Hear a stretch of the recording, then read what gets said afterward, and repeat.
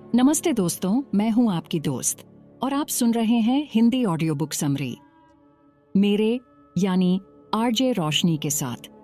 आज मैं आपके लिए लेकर आई हूं एक ऐसी किताब की समरी जिसने दुनिया भर में लाखों लोगों की पैसे को लेकर सोच बदल दी है। इस किताब का नाम है द साइकोलॉजी ऑफ मनी, जिसे मॉर्गन हाउसल ने लिखा है। अक्सर हम सोचते हैं कि पैसा कमाना और उसे संभालना मैथ्स और फाइनेंस की बड़ी बड़ी बातों, चार्ट्स और फॉर्मूलों का खेल है, पर लेखक कहते हैं कि ऐसा बिल्कुल नहीं है। असल में पैसे के साथ आपका रिश्ता आपकी समझदारी से ज्यादा आपके व्यवहार, आपकी आदतों और आपकी सोच पर निर्भर करता है। यह एक साइकोलॉजी का खेल है। तो चलिए, आज हम इस किताब के पन्नों को पलटते हैं और पैसे से जुड़ी अपनी सोच की इस दिलचस्प यात्रा पर निकलते हैं। हम इस किताब के हर एक चैप्टर को एक एक करके समझेंगे, बिल्कुल एक कहानी की तरह। तैयार हैं आप? तो चलिए शुरू करते हैं। अध्याय 1, कोई भी पागल नहीं है। No one's crazy.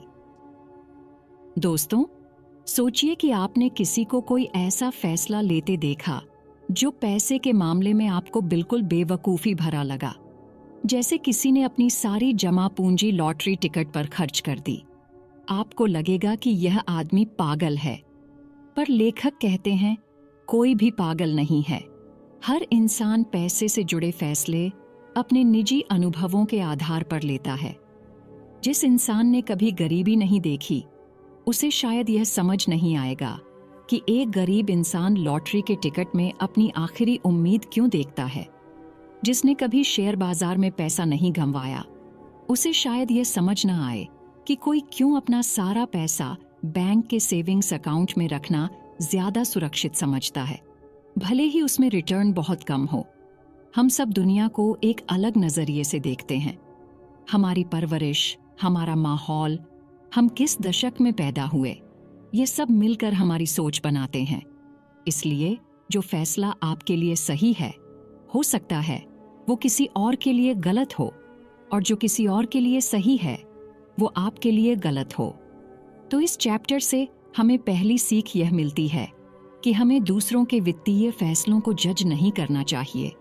हर कोई अपनी कहानी और अपने अनुभव के हिसाब से अपना बेस्ट करने की कोशिश कर रहा है। अध्याय 2, किस्मत और जोखिम, लक एंड रिस्क। हम अक्सर कामयाब लोगों की कहानियां सुनते हैं और उनकी मेहनत की तारीफ करते हैं, जैसे बिल गेट्स। हम कहते हैं कि वो बहुत मेहनती और जीनियस थे। ये सच भी है, लेकिन उनकी कहानी का एक और पहलू है, किस्मत। बिल गेट्स दुनिया के उन गिने चुने स्कूल में से एक में पढ़ते थे जहां उस जमाने में यानी 1968 में एक कंप्यूटर था। यह एक किस्मत की बात थी। अगर वो उस स्कूल में न होते तो क्या उनकी कहानी वैसी ही होती? शायद नहीं। किस्मत का एक जुड़वा भाई भी है जिसका नाम है जोखिम यानी रिस्क। जैसे किस्मत आपको कामयाबी दिला सकती है, वैसे ही जोखिम आपको बर्बाद भी कर सकता है। हम अक्सर सफल लोगों पर ध्यान देते हैं, लेकिन उन अनगिनत लोगों को भूल जाते हैं जिन्होंने उतनी ही मेहनत की पर जोखिम की वजह से असफल हो गए। तो इस चैप्टर की सीख ये है कि सफलता सिर्फ मेहनत का नतीजा नहीं है, इसमें किस्मत का भी बहुत बड़ा हाथ होता है। और असफलता का मतलब हमेशा यह नहीं होता कि आपने मेहनत नहीं की, हो सकता है कि आप बस जोखिम का शिकार हो गए। इसलिए जब आप सफल हों तो थोड़ा विनम्र रहें, और जब कोई असफल हो तो उसके प्रति थोड़ी सहानुभूति रखें। हमें हमेशा किस्मत और जोखिम के लिए तैयार रहना चाहिए। अध्याय 3, कभी भी काफी नहीं होता, नेवर इनफ।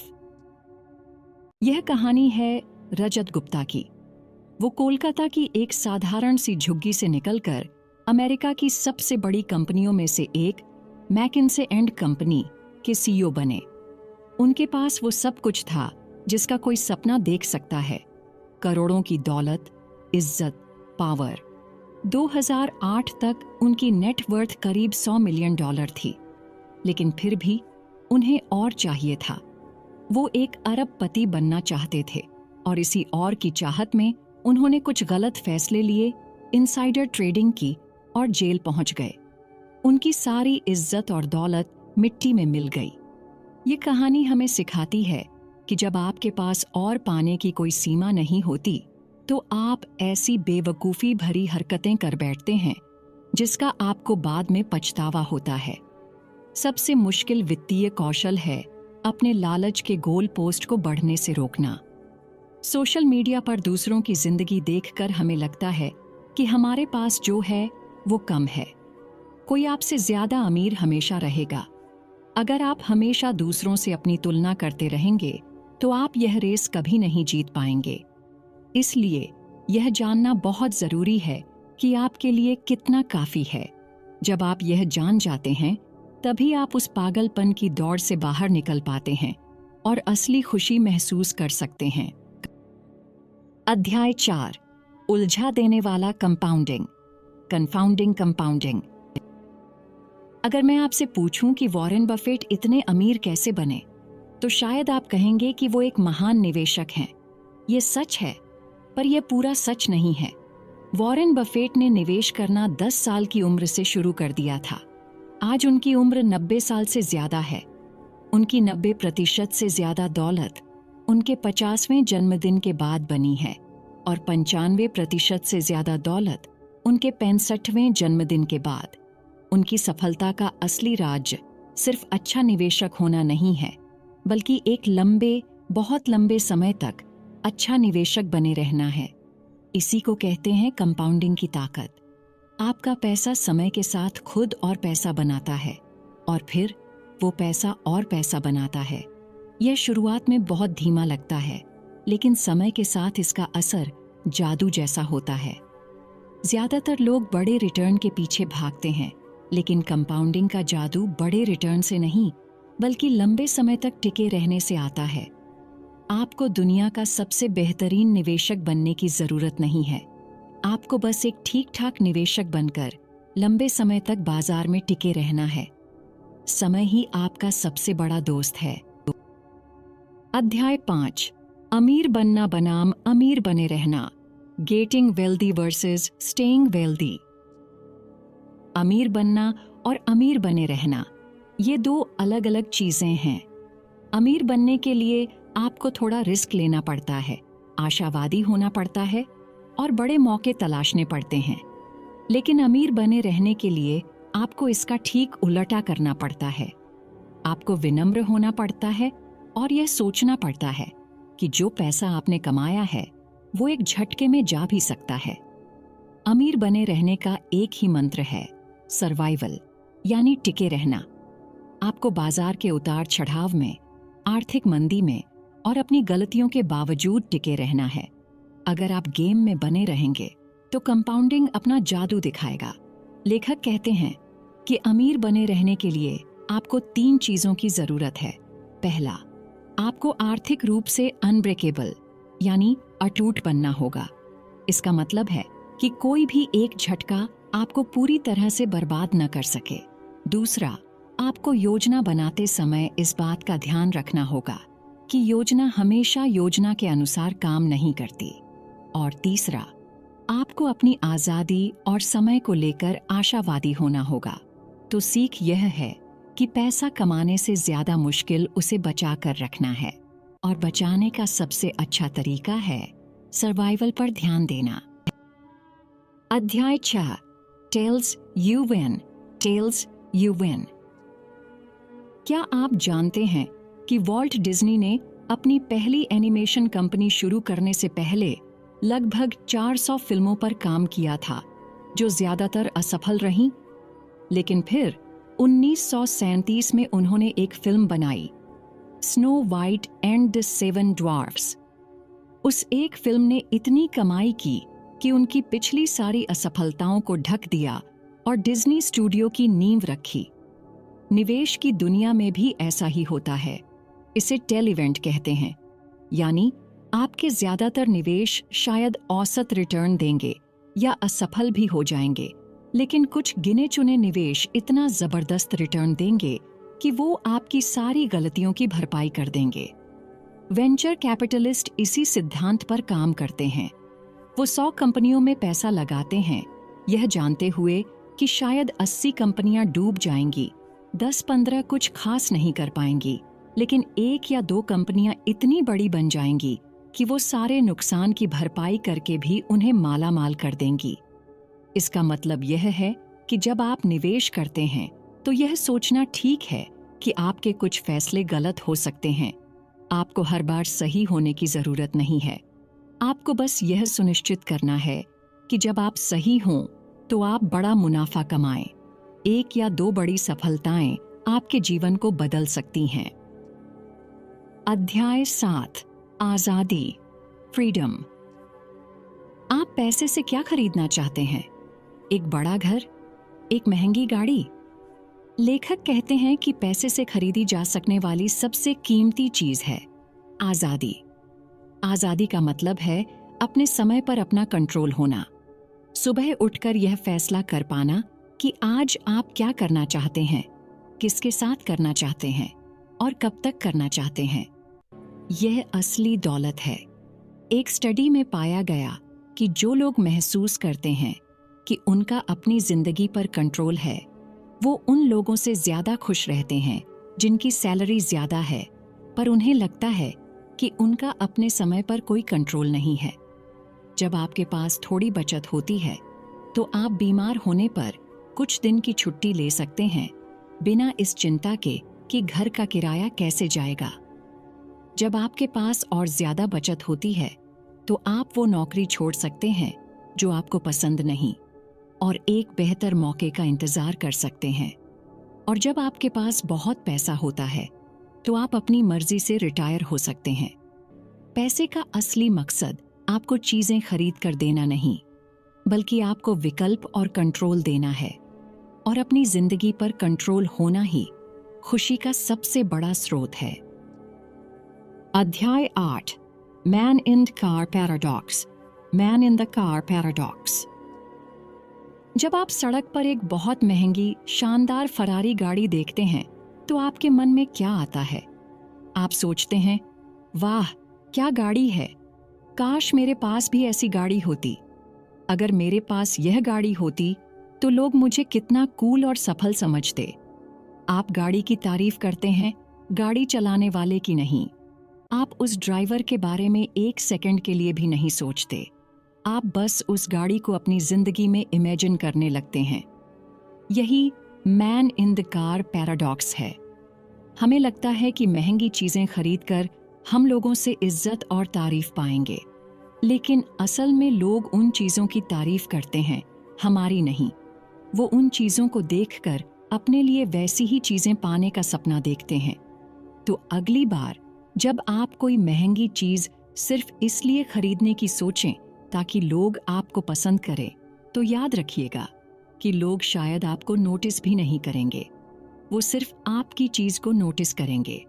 विनम्रता, दयालुता और सहानुभूति जैसी चीजें आपको ज्यादा इज्जत दिलाएंगी, कोई महंगी गाड़ी नहीं। अध्याय 9, दौलत वो है जो आप नहीं देखते। Wealth is what you don't see. जब हम अमीर शब्द सुनते हैं तो हमारे दिमाग में महंगी गाड़ियां, बड़े घर और डिजाइनर कपड़े आते हैं। यह अमीरी है, दौलत नहीं। अमीरी वो है जो आप खर्च करते हैं, जो दिखाई देती है। लेकिन असली दौलत वो पैसा है जो आपने खर्च नहीं किया।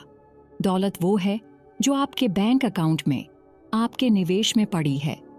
यह दिखाई नहीं देती। दौलत भविष्य के लिए विकल्प है। यह वो आजादी है कि आप कभी भी अपनी नौकरी छोड़ सकते हैं। यह वो सुरक्षा है कि मेडिकल इमरजेंसी आने पर आपको किसी के आगे हाथ नहीं फैलाना पड़ेगा। जब कोई कहता है कि वो करोड़पति बनना चाहता है, तो असल में उसका मतलब होता है कि वो 1 करोड़ रुपए खर्च करना चाहता है। लेकिन अगर आप 1 करोड़ रुपए खर्च कर देंगे तो आप करोड़पति नहीं रहेंगे। इसलिए अमीर दिखने की कोशिश मत कीजिए, बल्कि दौलतमंद बनने पर ध्यान दीजिए। और दौलतमंद बनने का सिर्फ एक ही तरीका है, अपनी कमाई से कम खर्च करना और बाकी पैसे को बचाना और निवेश करना। असली दौलत छिपी हुई होती है।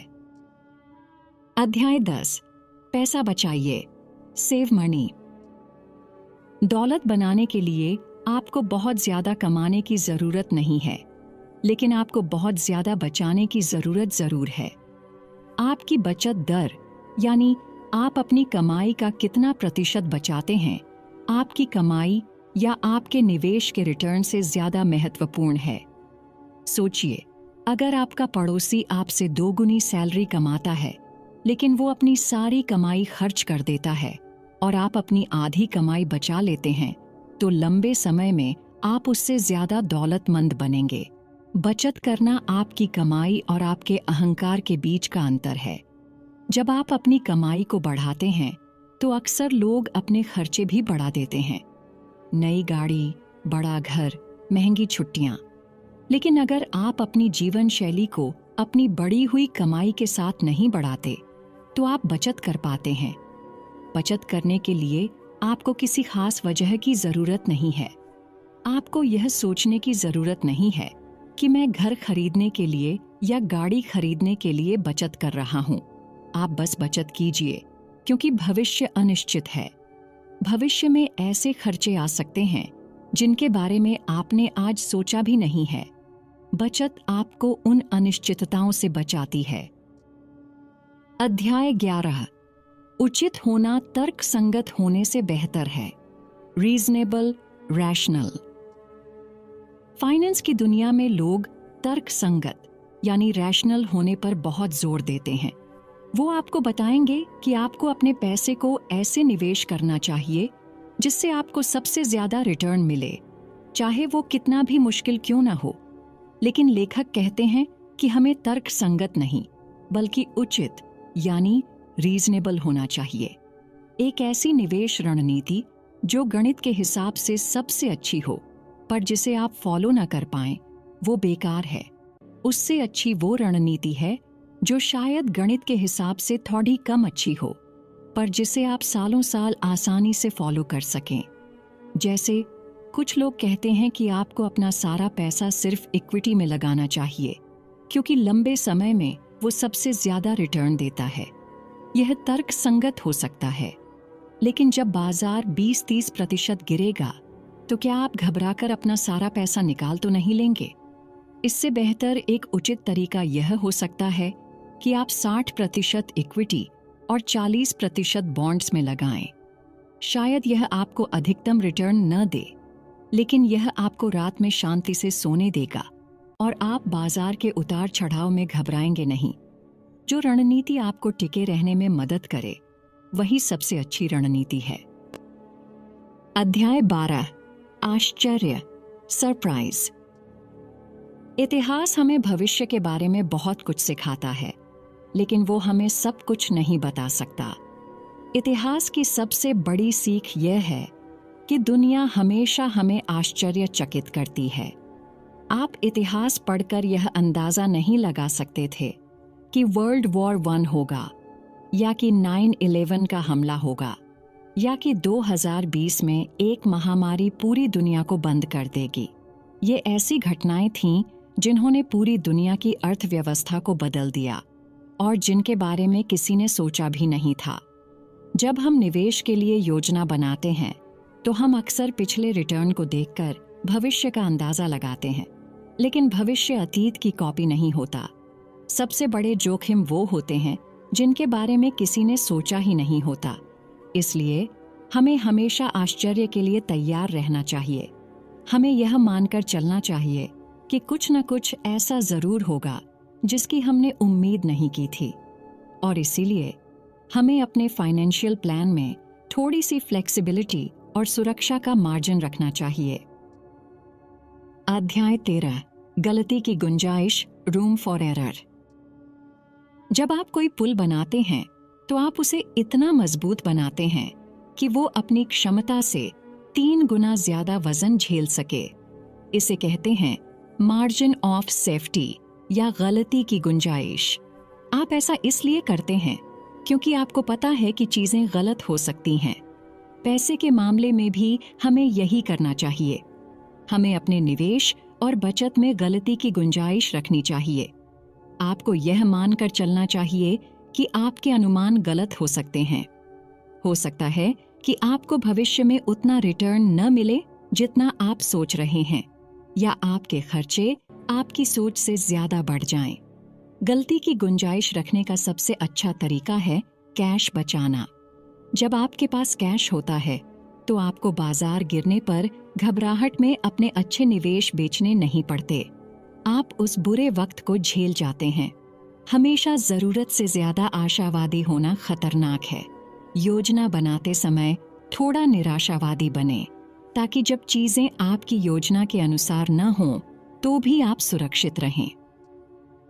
अध्याय 14, आप बदल जाएंगे। You will change. क्या आप आज भी वही इंसान हैं जो आप 10 साल पहले थे? क्या आपकी पसंद, नापसंद, आपके सपने, सब कुछ वैसा ही है? शायद नहीं। हम सब समय के साथ बदलते हैं और हमारे वित्तीय लक्ष्य भी बदलते हैं। हो सकता है कि 25 साल की उम्र में आपका सपना एक स्पोर्ट्स कार खरीदना हो, लेकिन 35 साल की उम्र में आपको अपने बच्चों की पढ़ाई की चिंता हो। इसलिए हमें अपने भविष्य के लिए बहुत ज्यादा कठोर और लंबी अवधि की योजनाएं नहीं बनानी चाहिए। अगर आप आज यह फैसला कर लेते हैं कि आप 60 साल की उम्र तक एक ऐसी नौकरी करेंगे जो आपको पसंद नहीं, सिर्फ इसलिए कि उससे आपको ज्यादा पेंशन मिलेगी, तो आप अपने भविष्य के आप पर एक बहुत बड़ा बोझ डाल रहे हैं। चरम सीमाओं से बचें। बहुत ज्यादा बचत करके आज की जिंदगी को जीना न छोड़ें, और न ही आज सब कुछ खर्च करके भविष्य को असुरक्षित बनाएं। एक संतुलन खोजें और यह स्वीकार करें कि आपके लक्ष्य बदल सकते हैं, और जब वो बदलें तो अपनी योजना को बदलने में कोई बुराई नहीं है। अध्याय 15, कुछ भी मुफ्त नहीं है। Nothings free. दुनिया में हर चीज की एक कीमत होती है, लेकिन हर कीमत प्राइस टैग पर नहीं लिखी होती। जब आप शेयर बाजार में निवेश करते हैं तो आपको रिटर्न मिलता है, लेकिन उस रिटर्न की भी एक कीमत है। वो कीमत है अनिश्चितता, डर, शक और पछतावा। जब बाजार गिरता है तो आपको जो डर महसूस होता है वही उस रिटर्न की कीमत है जो आप चुका रहे हैं। कई लोग इस कीमत को चुकाना नहीं चाहते। जैसे ही बाजार गिरता है वो घबराकर अपना पैसा निकाल लेते हैं। वो रिटर्न तो चाहते हैं पर उसकी कीमत नहीं चुकाना चाहते। यह वैसा ही है जैसे आप एक कार खरीदना चाहते हैं पर उसकी कीमत नहीं देना चाहते। सफल निवेश का राज यह समझना है कि बाजार का उतार चढ़ाव कोई फाइन या जुर्माना नहीं है, बल्कि यह एक फीस है, एक कीमत है जो आपको लंबे समय में अच्छे रिटर्न पाने के लिए चुकानी पड़ती है। जब आप इस कीमत को चुकाने के लिए तैयार हो जाते हैं, तभी आप बाजार में टिके रह सकते हैं और उसका फायदा उठा सकते हैं। अध्याय 16, आप और मैं, यू एंड मी। जब आप शेयर बाजार में निवेश करते हैं तो आपको यह पता होना चाहिए कि आप किसके साथ खेल रहे हैं। एक डे ट्रेडर जो दिन में कई बार शेयर खरीदता और बेचता है, वो एक अलग ही खेल खेल रहा है। उसका लक्ष्य कुछ मिनटों या घंटों में पैसा बनाना है। वहीं एक रिटायरमेंट के लिए निवेश करने वाला इंसान एक बिल्कुल अलग खेल खेल रहा है। उसका लक्ष्य 20 या 30 साल में पैसा बनाना है। जब बाजार में हलचल होती है तो डे ट्रेडर शायद शेयर बेच रहा होगा। उसे देखकर अगर आप, जो एक लंबी अवधि के निवेशक हैं, घबराकर अपने शेयर बेच देते हैं तो आप गलती कर रहे हैं। आप उसका खेल खेलने की कोशिश कर रहे हैं, अपना नहीं। सोशल मीडिया और टीवी पर लोग आपको तरह तरह की टिप्स देते हैं, लेकिन वो आपको यह नहीं बताते कि उनका लक्ष्य क्या है और उनका टाइम होराइजन क्या है। किसी और की सलाह मानने से पहले खुद से पूछिए, क्या यह इंसान वही खेल खेल रहा है जो मैं खेल रहा हूं? अपनी वित्तीय रणनीति अपनी जरूरतों, अपने लक्ष्यों और अपने समय के अनुसार बनाएं, किसी और की नकल करके नहीं। अध्याय 17, निराशावाद का आकर्षण, दी सेडक्शन ऑफ पेसिमिज्म। निराशावाद यानी पेसिमिज्म हमेशा आशावाद से ज्यादा समझदारी भरा और आकर्षक लगता है। अगर कोई कहे अर्थव्यवस्था डूबने वाली है, सब कुछ बर्बाद हो जाएगा, तो लोग उसकी बात को ध्यान से सुनते हैं। हमें लगता है कि वो इंसान बहुत बुद्धिमान है। लेकिन अगर कोई कहे चिंता मत करो, सब ठीक हो जाएगा, तो हमें लगता है कि वो भोला है और उसे दुनिया की समझ नहीं है। निराशावाद इसलिए भी ज्यादा फैलता है क्योंकि बुरी खबरें जल्दी फैलती हैं। एक प्लेन क्रैश की खबर पूरी दुनिया में फैल जाती है, लेकिन हर रोज लाखों प्लेन जो सुरक्षित उतरते हैं उनकी कोई खबर नहीं बनती। लेकिन इतिहास गवाह है कि लंबे समय में आशावाद ही सही साबित होता है। हर मंदी के बाद रिकवरी आई है, हर युद्ध के बाद शांति आई है और हर मुश्किल के बाद इंसान ने तरक्की की है। प्रगति धीमी होती है, लेकिन होती जरूर है। इसलिए जब निवेश की बात आती है तो थोड़ा आशावादी होना जरूरी है। यह मानना कि लंबे समय में दुनिया और अर्थव्यवस्था बेहतर होगी एक समझदारी भरी सोच है। अध्याय 18 जब आप कुछ भी मान लेंगे। When you will believe anything। इंसान को कहानियां बहुत पसंद हैं। हम एक जटिल और अनिश्चित दुनिया में रहते हैं और कहानियां हमें उस दुनिया को समझने में मदद करती हैं। हम ऐसे जवाब चाहते हैं जो आसान और संतोषजनक हों।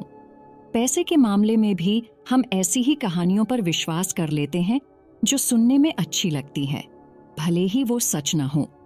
जैसे यह शेयर अगले महीने डबल हो जाएगा, या आप इस एक ट्रिक से रातों रात अमीर बन सकते हैं।